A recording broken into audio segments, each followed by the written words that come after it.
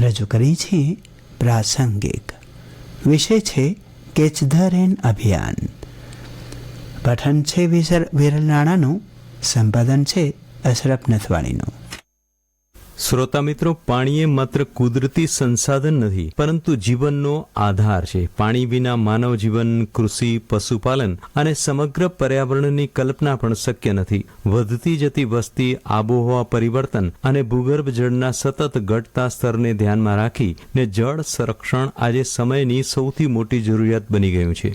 આ જ હેતુને સાકાર કરવા માટે કેન્દ્રીય જળશક્તિ મંત્રાલય દ્વારા સમગ્ર દેશમાં catch the rain, where it falls when it falls અભિયાન ચલાવવામાં આવી રહ્યું છે. આ અભિયાનનો મુખ્ય ઉદ્દેશ વરસાદનું પાણી જ્યાં પડે અને જ્યારે પડે ત્યાં જ તેનો સંગ્રહ કરીને પાણીના દરેક ટીપાનો સદુપયોગ કરવાનો છે.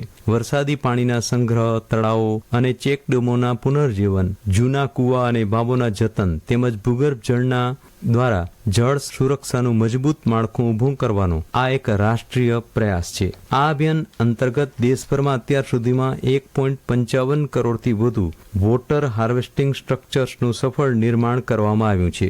જળ સંચયના આ વ્યાપક યજ્ઞમાં માત્ર સરકારી તંત્ર જ નહીં, પરંતુ જન સહયોગ, કોર્પોરેટ સોશિયલ રિસ્પોન્સિબિલિટી એટલે કે CSR ફંડ અને મનરેગાની યોજનાઓનો પણ સિંહ ફાળો રહ્યો છે, જેના કારણે તેને વ્યાપક જન સમર્થન સાંપડ્યું છે.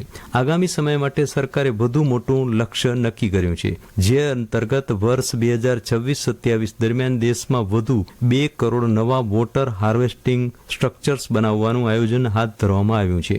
ભૂગર્ભ જળ સ્તરને જાળવી રાખવા માટે ટેકનિકલ ધોરણે અંદાજે 20 જેટલા વિવિધ પ્રકારની ડિઝાઇન તૈયાર કરવામાં આવી છે, જેમાં તળાવો, સરોવરો, કેનાલ, બોરવેલ અને કુવા રિચાર્જ જેવી પદ્ધતિઓનો સમાવેશ થાય છે. ભારતમાં દર વર્ષે અંદાજે 370 BCM જેટલા ભૂગર્ભ જળનો ઉપયોગ થાય છે. આ કિંમતી જળ સંપત્તિને બચાવવા માટે રેન વોટર હાર્વેસ્ટિંગને વધુ પ્રોત્સાહન આપવામાં આવી રહ્યું છે. વહીવટી તંત્ર દ્વારા નાગરિકોને અપીલ કરવામાં આવી છે કે તેઓ પોતાના ઘરોનું વરસાદી પાણી સીધું જમીનમાં ઉતારવાની યોગ્ય વ્યવસ્થા કરે, જેથી પાણીનું એક ટીપું પણ નકામું ન જાય ના મંત્રને સાર્થક કરી શકાય. તાજેતરમાં પ્રસારિત મન કી બાતની 136મી કડીમાં પ્રધાનમંત્રી નરેન્દ્ર મોદીએ પણ દેશવાસીઓને આ અભિયાનમાં સક્રિય રીતે જોડાવા અપીલ કરી હતી. તેમણે જણાવ્યું હતું કે પાણીનું દરેક ટીપું અમૂલ્ય છે અને જળ સંરક્ષણને માત્ર સરકારી યોજના નહીં, પરંતુ જનભાગીદારીનું લોક આંદોલન બનાવવું જરૂરી છે. તેમણે દેશના વિવિધ ભાગોમાં લોકો દ્વારા હાથ ધરાયેલા વરસાદી પાણીના સંગ્રહ અને જળાશયોની સફાઈ જેવા પ્રેરણાદાયી પ્રયાસોની પણ પ્રશંસા કરી હતી. ગુજરાતની વાત કરીએ તો કચ્છ જિલ્લો જળ સંરક્ષણનું અનોખું ઉદાહરણ છે. ઓછા વરસાદ અને અર્ધ રણ પ્રદેશ જેવી પરિસ્થિતિ હોવા છતાં અહીંના લોકોએ પાણીનું મહત્વ સમજીને વર્ષોથી જળ સંચયની પરંપરાને જીવંત રાખી છે. ચેકડેમો, ખેત તલાવડીઓ, રિચાર્જ કુવા, તળાવોનું ઊંડાણ વધારવાના કાર્યો અને વરસાદી પાણીના સંગ્રહ જેવી પ્રવૃત્તિઓના કારણે આજે અનેક વિસ્તારોમાં ભૂગર્ભ જળ સ્તરમાં નોંધપાત્ર સુધારો જોવા મળી રહ્યો છે. કચ્છના અનેક ગામોમાં ગ્રામજનો, સ્થાનિક સ્વરાજ્યની સંસ્થાઓ અને સરકારી વિભાગોના સહયોગથી જળ સંરક્ષણના સફળ પ્રયાસો થયા છે. આ પ્રયાસોને માત્ર પાણીની ઉપલબ્ધિ જ વધારી નથી, પરંતુ ખેતી, પશુપાલન અને ગ્રામ વિકાસને પણ નવી દિશા આપી છે.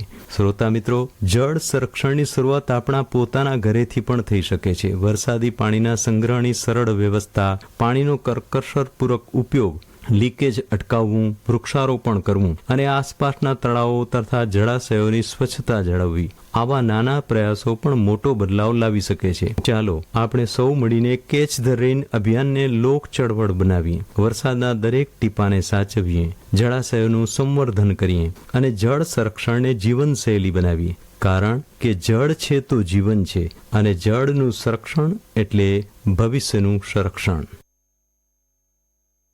કેચ ધ રેન અભિયાન વિશે પ્રાસંગિક આપે સાંભળ્યું વિરલ રાણા પાસેથી. સંપાદન હતું અશરફ નથવાણીનું.